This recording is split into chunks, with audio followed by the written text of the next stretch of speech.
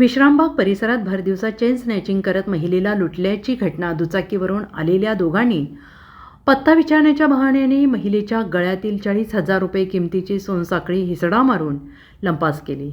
सदर जबरी चोरीची घटना ही शुक्रवार दिनांक 5 जानेवारी रोजी दुपारी 2:15 वाजण्याच्या सुमारास घडली. या प्रकरणी राजमाता कल्लाप्पा मानगावे वय वर्ष 61 राहणार दत्तनगर सांगली यांनी विश्रामबाग पोलीस ठाण्यात फिर्याद दिली.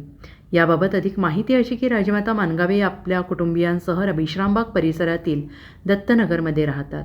शुक्रवार दिनांक 5 जानेवारी रोजी त्या दुपारी 2:15 वाजण्याच्या सुमारास खरकटे टाकण्यासाठी घराबाहेर आल्या होत्या.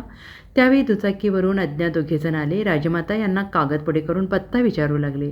त्यावेळी दुचाकीच्या पाठीमागे बसलेल्या व्यक्तीने राजमाता यांच्या गळ्यातील 40,000 रुपये किमतीची सोनसाखळी हिसडा मारून चोरली आणि दोघांनी दुचाकीवरून पलायन केले. राजमाता मानगावे यांनी आरडाओरडा केला, मात्र चोरटे पळून जाण्यात यशस्वी झाले.